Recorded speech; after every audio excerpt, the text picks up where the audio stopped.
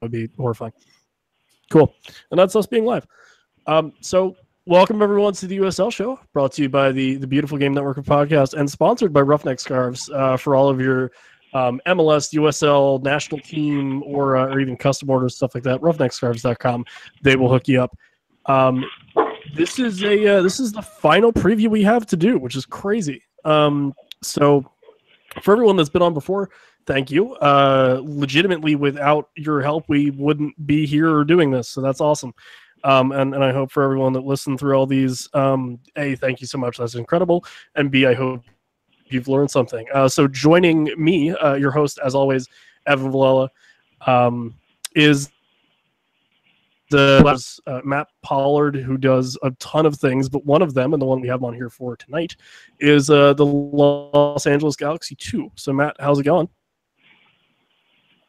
Hello. Thank you very much for having me on the show, guys. I've been a big fan of the USL Show for a number of years now, and I'm excited to actually be on here for once. Congratulations. We were fans too, and then we took it over, and now it's ours, and now we can act like we had a huge part in that whole, multiple year thing. So that's cool. But yeah, no, thanks for coming on, and I've been a fan of you guys at Last Word on Soccer for a long time as well. I made a mistake though, because I introduced you first, and I didn't want to introduce these guys back to back because it's going to get a little awkward. That being said, joining me from Sounder at Heart, among other things, he's also now 1/3, I believe, of the broadcast team for Sounders 2, because I don't want to lock them into a region. It's Dave Clark. Thanks for having me on today. I've been a fan to be here with. Yeah, it's good to have you. You're one of those guys where it's like, and I'm biased because I write for obviously Brotherly Game, which is a sister blog of yours, but it's like you guys are kind of the roadmap for soccer blogs, and it's weird to finally, I don't know, be graced by a season. So I suppose that's anyway, neither here nor there. But yeah, no, totally. Thanks for coming on, and joining me. He has many names, but I just call him Big Kev. It's Kevin Mccamish to talk, of course. Timbers 2. We finally let you talk about your team, Kev. But do we want to? Do you want to? This is like the flu game for Michael Jordan for you. It's a very similar comparison. Oh no! If I can go an hour talking T2 on my most recent Play the Kids episode that came out Friday, I can give you a 15-20 minute rundown here. I should be just fine. The show must go on. It kind of. Anyway, I don't know where we want to start. I suppose I'll just kind of open the floor to whoever wants to jump on. I could do it in reverse order of introduction, so I guess I'll start with Kev. Guys, for all three of you, a little background about the team. Kind of your first year in the league, some general tactical information, and just kind of an overview of the side, if you will. Okay, well, I guess since I'm going first. Our first year in the league was 2015. We did, I think, okay that year, playing, 28 games, I think. We did 35 points.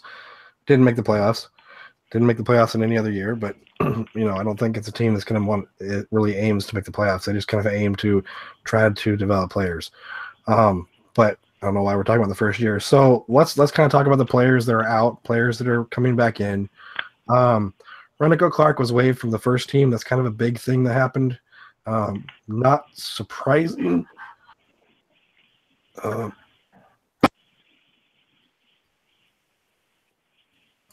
apologize. I had to mute my phone and cough there for a second. Didn't want to.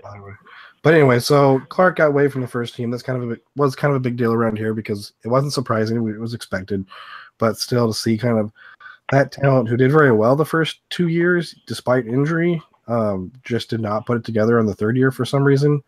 Don't know what happened to him in 2017, but he just really kind of fell off the planet, and it sucks. So I hope the best for him. Other players that we know for sure are gone. Russell Cicerone joined FC Cincinnati. William Bijev joined Sacramento Republic, and Nico Brett joined the Pittsburgh Riverhounds. The other players that we just kind of assume are gone because there was, they don't announce anything. The only reason we probably even know about some of the other players, Clark was first team, so we knew about that. The other ones, the only reason why we know for sure they're out is because they joined another team. But other players that are out, Michael Amick, Bjornathan, Shaquille Jimenez, Granito, Mohammed, Wade Hamilton, they're no longer listed on the roster, so we just assume that they're out, waived, released, disappeared into the ethers of time. I don't know what happened to them. Some of them did okay last year, but I guess not enough to stick around. So, just like any of the MLS2 sides, you're going to have a lot of turnover every season, as their objective is to try to find those diamonds in the rough and polish them in one single season to maybe sometimes 2 seasons. But really, they don't give them a lot of time. It's like, hey, we're going to give you a run out, do the best you can, and if that's not good enough, bye-bye. Sure. So the only players we have returning at all from last season, only 7 players total. Lamar Batista, Harold Hansen, Andre Lewis, Terrell Lowe, Max Ornstill, Augustine Williams, and Renzo Zambrano. Those are the only players returning. Can you send us Kyle Bjornson? Because Seattle's really short on defenders right now, and they could use him back up here. I'm sure that's probably he probably went back home. I'm surprised that they wouldn't just sign him. He did halfway decent for us last season. So, but yeah, he's gone. I haven't heard anything. I would assume that if S2 picked him up, that they would have said something or heard something. But anyway, so other first team players we got coming back that are probably going to be, what? You distracted me. Drop down. Oh, first team players? Yes. I mean, the first team players that spent a lot of time in 2017 and will probably spend more time in 2018 with T2, Kendall McIntosh, depending on the current goalkeeper injury situation, Gleason and Atnell and how that all is, Kendall McIntosh will probably spend most of his time as the starting keeper with T2. I don't know how it's going to work out this weekend with, Atnell currently injured for sure. Gleason, I don't think came out unscathed against New York Red Bulls, it sounded like. So, anything can really happen. Michael Farfan, he's probably going to be getting a lot of time with the first team, so we may not see him this year. Bill Toiloma saw a lot of time with T2. Could see more time, but it kind of depends on how he falls on the depth chart. He was actually on the bench against New York Red Bulls, so maybe we'll see Julio Cascante instead. I'm not sure. Julio Cascante is a new first-team addition. Both him and Bill Toyoloma are young center backs, and I think T2 will probably always get one of them, but never both. I would just assume that T2 might get the one that doesn't make the 18. That's my assumption. We'll see. Victor Arboleda spent a lot of time with T2 as well, but he's also gotten some minutes off the bench, so we may not see him as much. But haven't seen hide nor hair of Jeremy Ababasi with the first team, so we'll probably see him back with T2, and that's probably pretty good. So, count, 3 of those 5 players? You got about 10 players returning, which is not bad. Sure. But we do have a lot of exciting new prospects, though, that have been signed already. Good man. Dave, among other things for the Sounders, there's a change of venue. But, so that's the one that immediately sticks out to me as a big deal for a variety of reasons. And then, of course, yourself joining the broadcast team, I guess, if you really want to hype yourself up, is kind of the biggest move that Sounders made this year. But a little background about the club and things like that. And maybe, what caused the move from wherever you were. I don't know if it was, Seattle proper or a little bit outside of it, but over to Tacoma. Yeah, so Sounders 2 is in their 3rd year. Their first 2 years, they played down at Starfire. That's the sports complex that has hosted Open Cup matches. Kevin and I know it well because we've enjoyed a few too many Sounders Timbers games there, whether at lower level pre-MLS or through the Open Cup. But one of the things that they discovered is that by having the USL team there wasn't an audience, and it wasn't as professional as it needed to be for these prospects to kind of get their exposure to the league. I think Matt will talk to that can talk to that a little bit, where Galaxy 2 just haven't drawn the audience, although the players are fine. They're just not getting fans, and that creates an absence of pressure. figured things out, and Yeah, Matt, if you want to jump in on that, feel free. What was the question? Just if the lack of fans for Los Dos is kind of maybe not made that relationship as fruitful as it should be, maybe, or not given those kids kind of the pressure they need to. Okay, sorry about that, guys. I had somebody trying to call in on my phone. No, you're all right. You're all right. Yeah, so what they've wanted to do is increase pressure. So they worked with the Tacoma Rainiers, and the Rainiers, in kind of a similar way to what's going on in Reno or Rio Grande Valley, the Rainiers run business operations now, and the Sounders just focus on soccer. So they're going to be down at Cheney Stadium in Tacoma. It's what hosts the AAA Tacoma Rainiers. Tacoma is kind of a satellite suburb of Seattle, but a very large city on its own. And F2 will play there. That's one of the major changes. Another major change is that Ezra Hendrickson, who was the head coach for Sounders 2 the previous 2 years, is now with the Galaxy down in that organization. So assistant coach John Hutchison, who joined late last year, is now the head coach. And then Wade Weber will step up from being the U18, U19 coach of the academy. He's now the assistant coach for Sounders 2, which will work out well because Sounders 2 has, I think my last check was like 6 teenagers on professional contracts, some of them as young as 15. So it's a very young squad.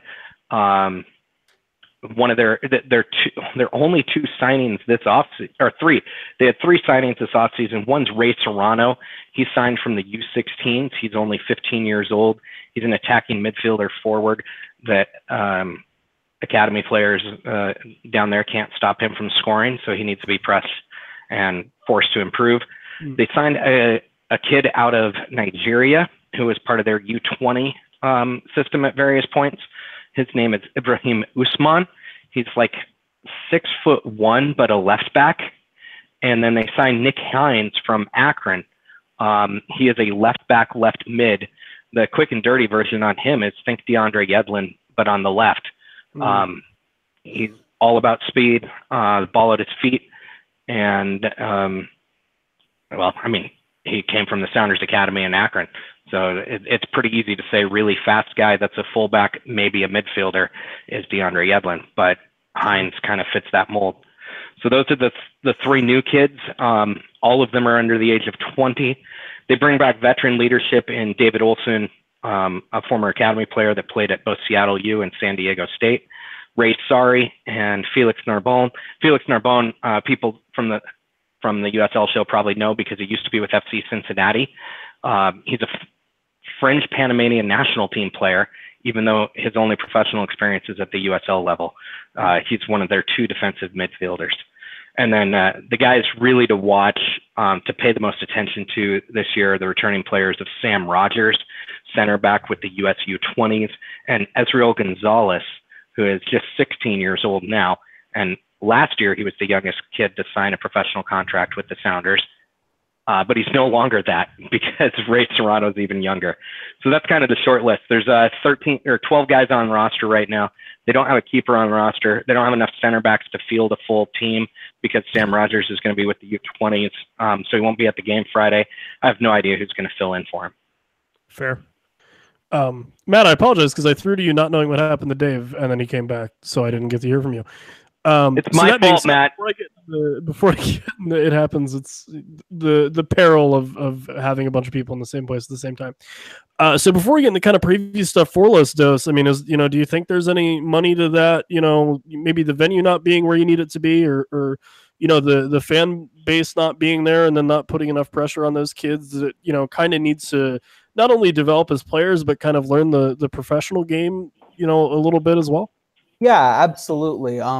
Phil Grooms actually recruited me for this episode, and he and I both have connections with St. Louis FC. And you hear a lot of times, guys coming from Toronto FC2 or any of the other two teams outside of Cascadia. Really, there just really isn't that market, especially when the two team is in the same market physically, like you have with the MLS team. And I think there certainly is something to what Dave is saying. I've written on a number of different occasions in the last 18 months, particularly in the last 6 months in the aftermath of the Galaxy essentially cleaning house of all of those old academy players who were kind of on the fringe of the first team, the Jack McBeans, the Jose Villarreals, the Raul Mendiolas of the world, and now, the patron saint of Columbus now, Giassi Zardes, about all the things that maybe the Galaxy did wrong in the past. I think certainly that's an element. I'm just looking on Wikipedia right now because I do not care for how USLsoccer.com preview or shows the attendance and everything. And actually, according to Wikipedia, and this could be with the Galaxy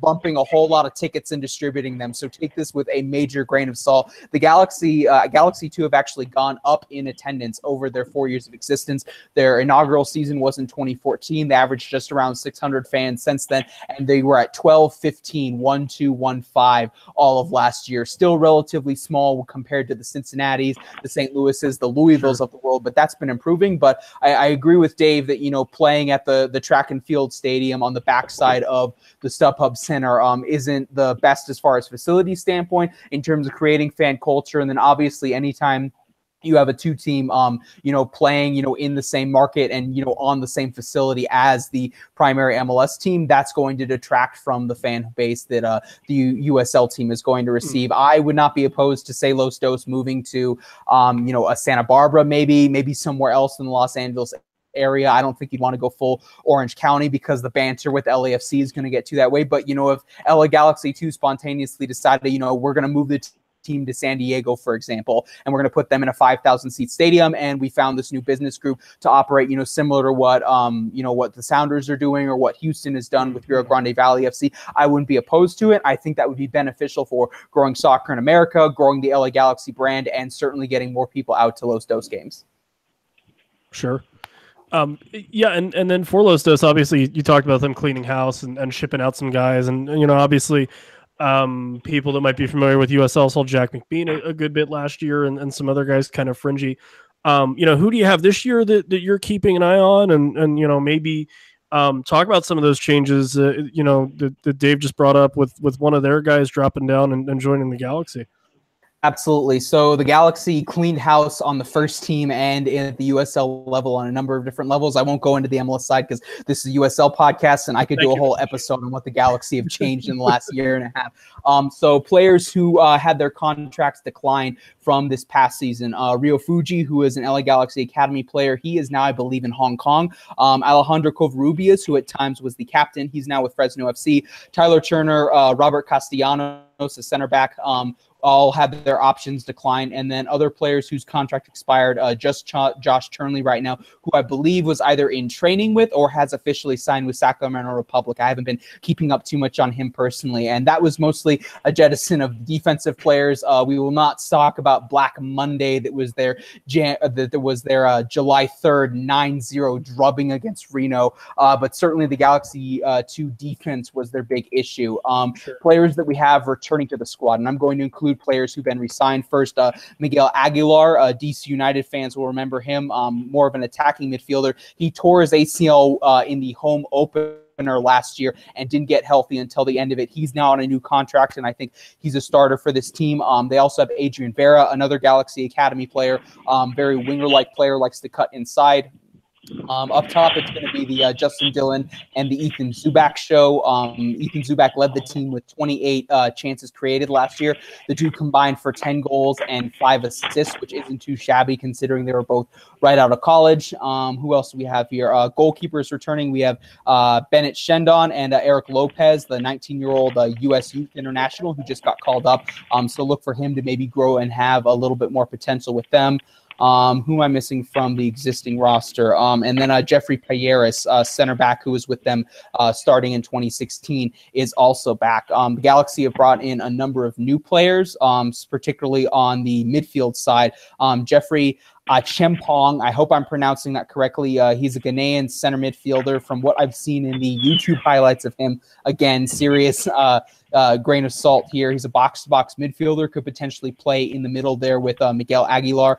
They've also added Jonathan Hernandez and Andre Ulrich Zanga, who is out of the Kaji Sports Academy. He's a 19-year-old, along with center back Jean Joseph Angola, center back 20-year-old out of Cameroon, also from the Kaji Sports Academy. So the Galaxy have certainly retooled themselves up in the middle. So I think certainly in the midfield, they're going to be a lot stronger than where they were last season. I think Justin Dillon and Ethan Zubak in their second years in USL will be a little bit better.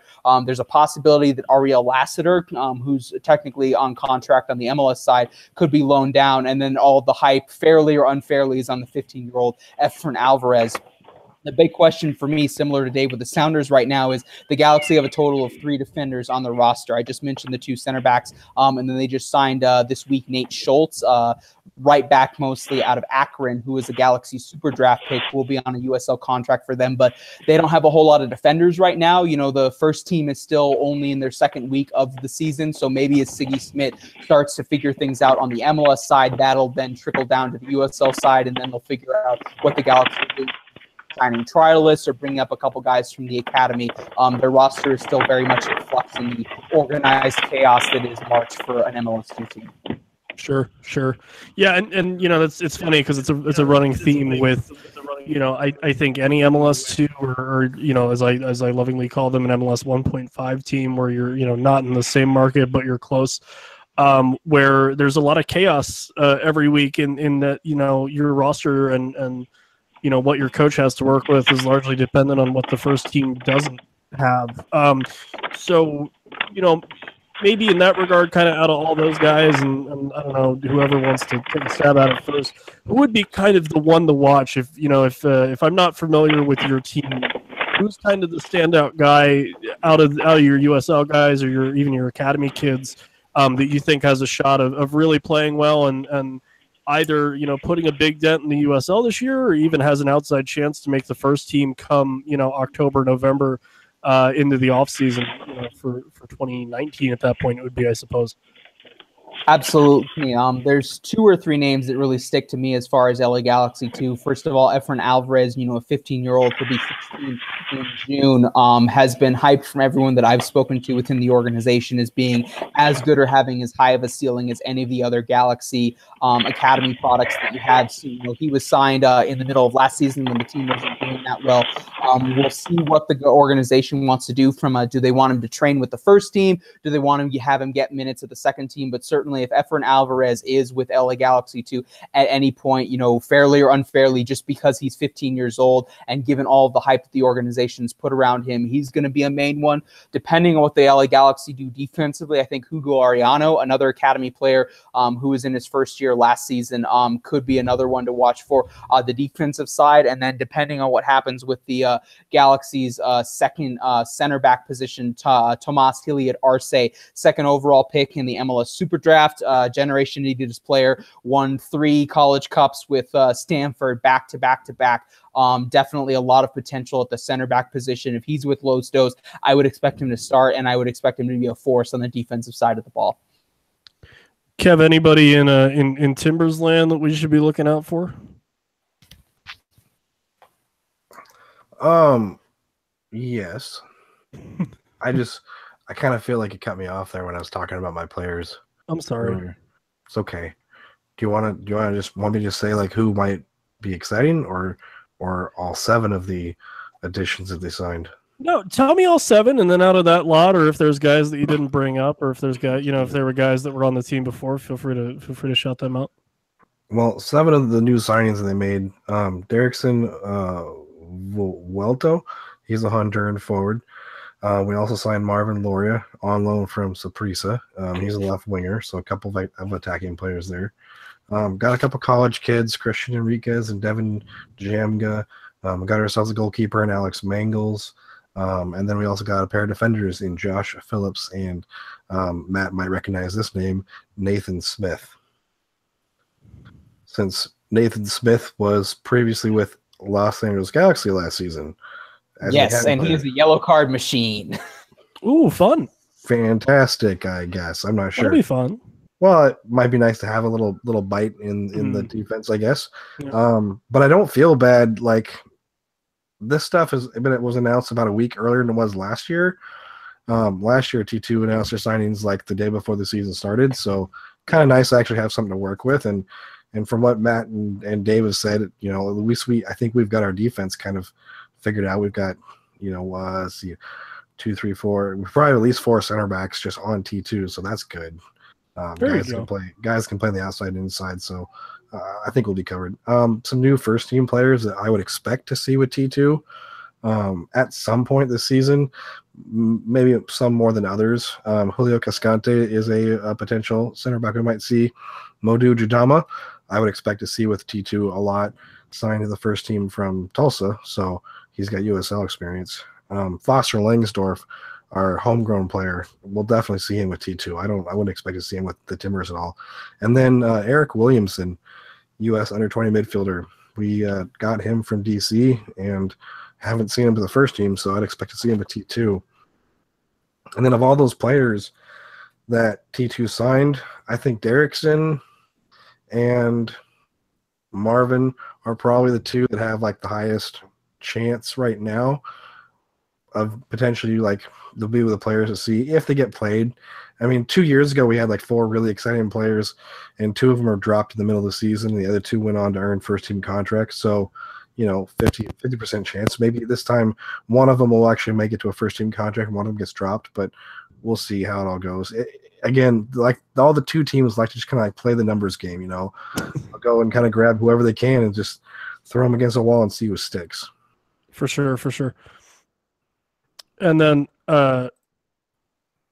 Dave, if I can steal you. Same question where, you know, anybody out of that group that you named would be kind of one to keep an eye on. And, you know, is that pipeline a strong one between the 2 team and the first team for you guys?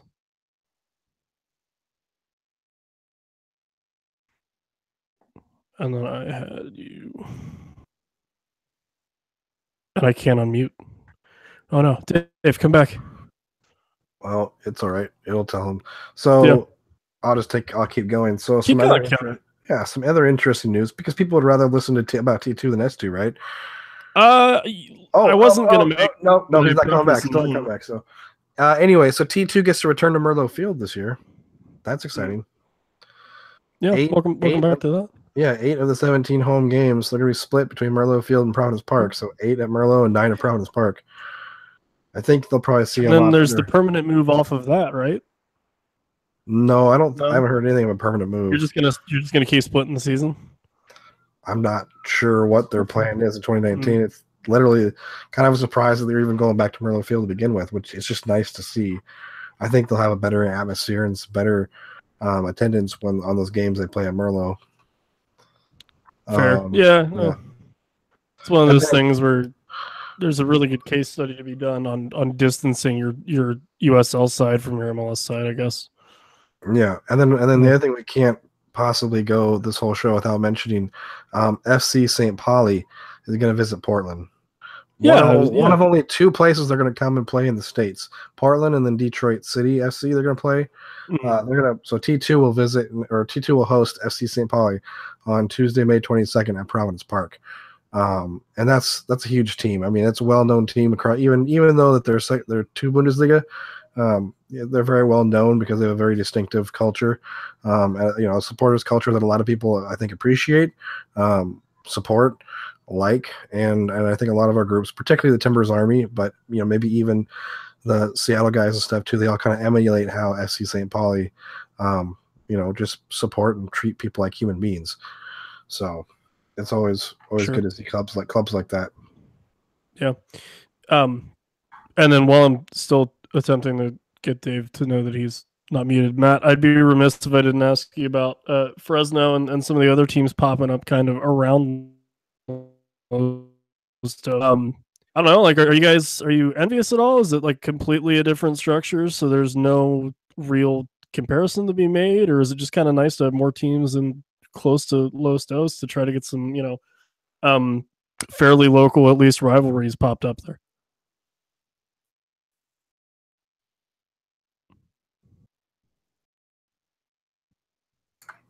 It's just you and me now, isn't it?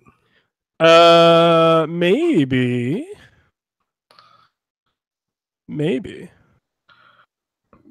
Probably.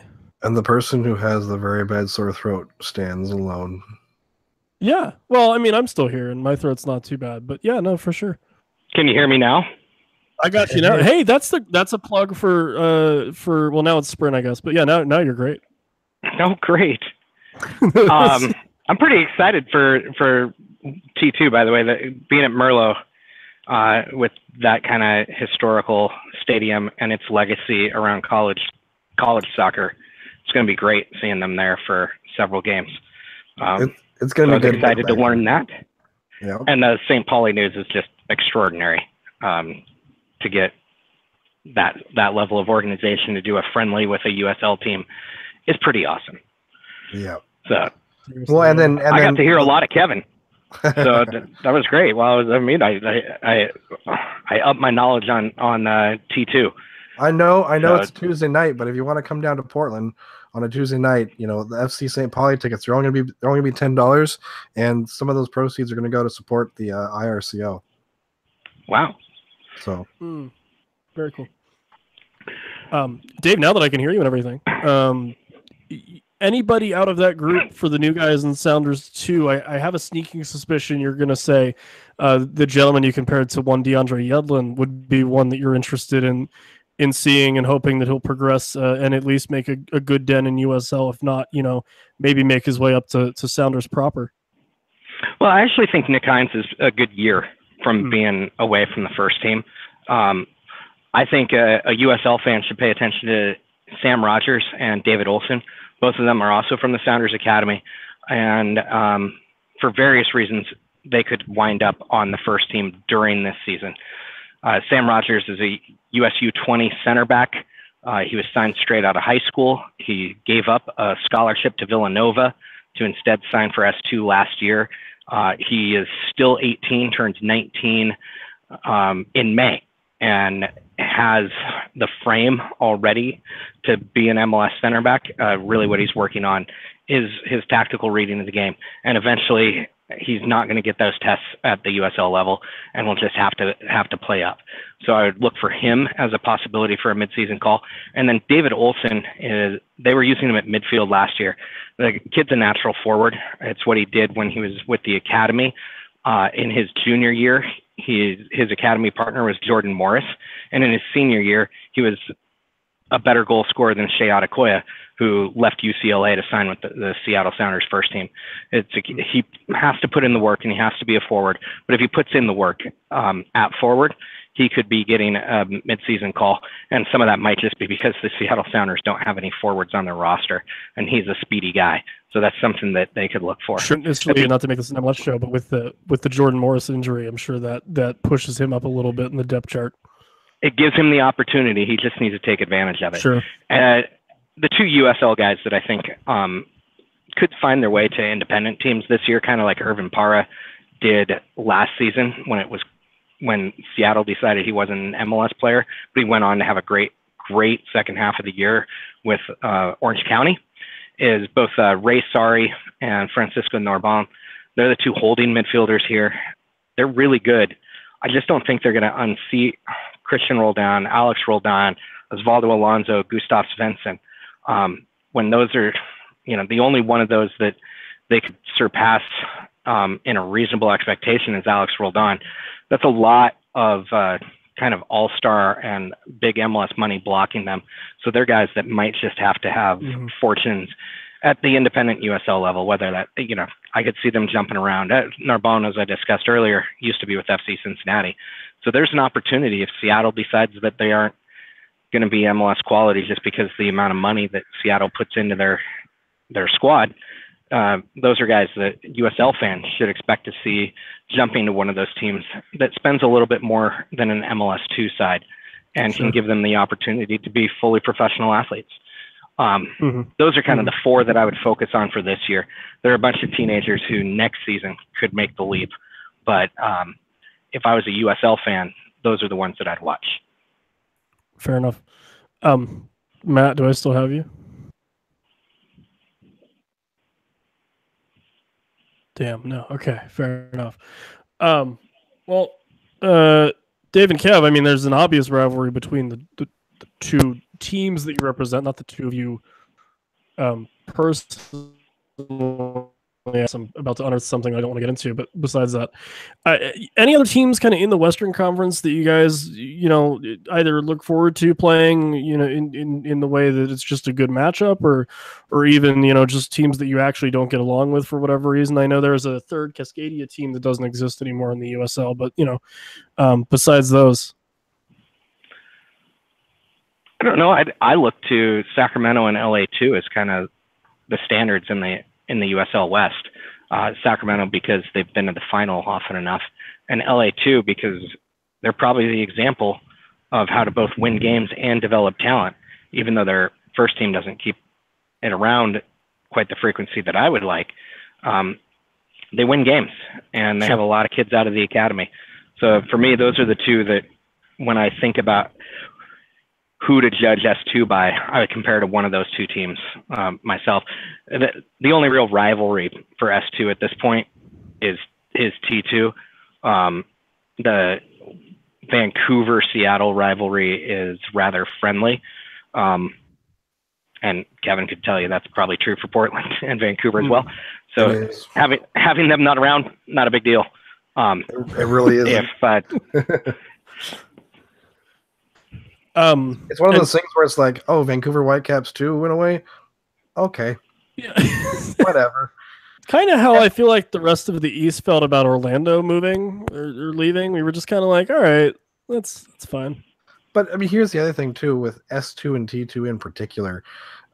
I mean, yes, there's a rivalry, but it's not nearly as like kind of ingrained as the main Portland versus Seattle is.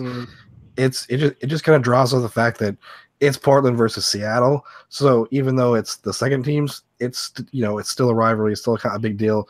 But it really it's just and it's through no fault of the fans or the teams. It's just the rivalry does exist, but it's just not as important as the big game, the big teams. And I'll tell you why. Because if it was T2 versus S2 on Mother's Day, my wife would be like, no, you have to stay home. It's Mother's Day. It's my day, whatever. But when Seattle comes to Portland on Mother's Day, and she never lets me see an MLS game on Mother's Day, that's the game where she's like, all right, we'll go to that game on Mother's Day. To give you an idea of how important the big game is. Sure. Matt. Yeah. Oh, sorry, Dave, go for it. Oh, if you've got Matt back, that's great. I do have Matt back. We don't want to bore people. Can you hear me? I can. You're great, Matt. I don't know what's going on, man. I'm sorry. And now you're gone again. What the hell? Whatever you did before, just keep doing that, and then don't do the other thing that you did. If that makes sense. I don't know. Okay, bye. Dave, continue. I'm sorry. Oh, I was going to say there's just not the level of vitriol, and maybe that's a good thing because, as both of us have discussed, there's a lot of teenagers on both teams, and while we want to ingrain the youth with our rivalry, it might not be the most appropriate time to go as full-throated when we're talking about playing 15 and 16-year-olds out there. Sure. But they can't be charged as an adult, right? That's how. Well, if you drop down, I'm talking about the players. Oh, I know. So was I. Oh, okay. Yeah, it was a very you can't have an adult hit your academy kid because then it's assault or whatever, right? Is that how that works? Yeah, pretty much. Something like that. I don't think we've assaulted any players. That's good. In this rivalry yet. Yeah, there's time. There's always time. There's decades of more rivalry to build upon. I'm sure someday down the road someone's gonna hit somebody. It'll be fun, sort of. It'll be great. It'll really put you guys on the map because you both really need help between the Sounders and the Timbers. No one knows who they are, so that's good. Dave, I guess for you, I don't know what I'm gonna do with Matt, but we'll cross that bridge when I get there. Unfortunately. Anything just kind of as a fan, I'm hoping or assuming, of USL itself, seeing from USL in 2018 in this season? One of the things I'm interested in is just there's more teams and new teams, and teams are trying to do things differently. I think Las Vegas is a great example. They're not taking this seriously. They're having fun, and I think that's great. And I think that the expansion of these kind of hybrid arrangements, like S2 is going to have, and Rio Grande, I think we're going to see more of those over time. So I thought Vegas was taking this. I love what they're doing. I think put cattle in your lineup next time. Like just every single home game, walk out with different farm animals as your 12th and 13th player. I would actually, Freddie, you do like riding a camel or something onto the field. That would be just have fun with it. And I think that it's great. We're seeing so many teams that look like fringe MLS markets, whether they make it or not. I think that's good for this league. I think it's good to see more professional soccer out there. That's a key. And I think it's good to get more teenagers that are finding out that they aren't good students, but they're good soccer players. So they can find a future doing that. Let's stop forcing bad students to go to the NCAA. If you're not a good student, don't go to college. I was sadly neither a good enough student or a good enough soccer player to skip either of those things. So, I really missed the boat on that end. Well, for you personally, your way into the Sounders organization and then just become their marketing head? No, okay. I think they've passed up that opportunity a lot of times.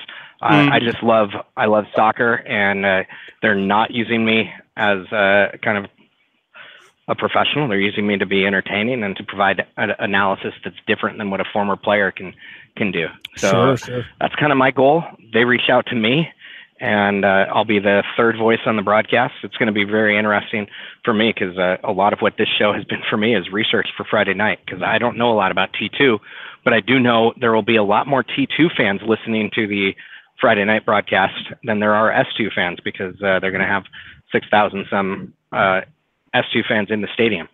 So nice. All the T2 fans are going to be listening on a few dozen will come up. That's always going to happen. But the vast majority of Timbers fans are going to be listening. And so hopefully I can find a way to give a little bit of insight to those people and people around USL as to who on the Timbers to pay attention to. So and who on, yeah. I for one, will be listening, and I will also be judging.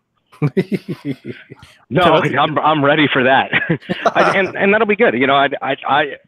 I know the guys over at Stumptown Footy. We've worked together as rivals, if that makes sense, for some time now. And I know for a fact I'm going to have to go to that live thread, game thread, whatever you guys call it, and take the heat, because I'll deserve it and I want to learn, because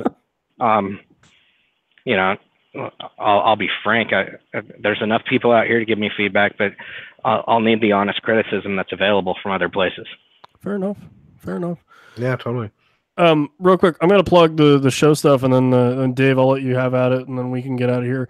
And okay, good. I'll throw this part in. If everyone heard from Matt Pollard on this episode, I'm going to try to get him on in some way, shape, or form later this week, or definitely before the season starts, to have him, talk Los Dos in a more complete and better way. If you're not hearing them, then know that technical issues happen, and I'm going to try to get them on later in the week, and we'll have another episode for you guys. That way it'll be shorter. Anyway, follow us at the USL Show. Myself at Valella BSFC, V as in Victor, ILL. Is over at K Mccamish PDX. Also, check out our website, theuslshow.com. That's where you can find the podcast before it goes live. Any other place you like your podcast, iTunes, Stitcher, Google Play, all that fun stuff. Patreon.com/the USL Show, or on our website, there's a button that says Patreon. Click that. Support us financially if you'd like. If not, no big deal. Harry, thanks for your donation this month. You joined on. which that always freaks me out when people support us that way, because it's really not one of those things I ever thought I could get people to do. So I seriously appreciate that. Also, a link to our friends at Soccer Loco. If you need replica kits or even actual soccer playing equipment like boots and shin guards and all that fun stuff, check those guys out. USLshow.com. There's a little box that says Soccer Loco. Click that, shop to your heart's content. We get a little kickback from that. Anyway, that should be it for my plugs. Dave, where should people find you if they don't already know how to do so? At Sounder at Heart is probably the best place to find me, because I write there, and that's where you only find soccer stuff. If you follow my personal Twitter, you'll get way too much D&D and beer talk, but that's at Better Than, BEDIRTHAN. And yeah, those are the two places. I was going to make a terrible joke about how you were like USL's resident dungeon master and only rolled D20s, but then I realized like my mom listens to this and that would completely confuse the hell out of her, so I decided to table it. But feel free to steal that for your broadcast if you want to tell everyone that you. Okay, did Kevin drop too? No, I'm here. No, he's still here. Thank God. I'm sorry. I have a question for him. Okay, sure. I have a quick question for him, just for Friday night. With the keeper situation, can you just review what's going on there? I know Gleason started this past weekend at the MLS level, but I thought he would be getting most of the USL starts. So who should I be doing research on for keeper on Friday night? Probably our new keeper, Alex Mangles, actually. Okay. And that would be Mangals, I believe. He played for Tulsa in 2016 and then played one game for the San Francisco Deltas last season. So might be kind of hard to get some information on him. I know it was hard for me to dig up. But the reason why I'm suggesting him is because Attendella is injured. So Gleason is the starter. Because I think he's just gonna. I think right now he's the backup, but that puts basically Kendall McIntosh on the bench, so he shouldn't be with T2. Although if we don't actually, since it now occurs to me there actually is no MLS game this weekend. Yeah, there's no MLS game this weekend, so actually Kendall McIntosh might actually start with T2. Okay. But I mean, Kendall McIntosh and Alex Mangles, look for those two as the keepers to start potentially for T2. Perfect. Appreciate it. Yeah, absolutely. Dave, thanks for coming on. Always a pleasure to talk to anyone that really knows what they're talking about, let alone people that have had their catchphrase, put on the back of their team's kit. So, thanks for coming on, and feel free to hop on whenever you'd like, really within reason. And best of luck with Sounders 2 and the announcing gig there. Thanks for having me, guys. Appreciate it. Yeah, no worries.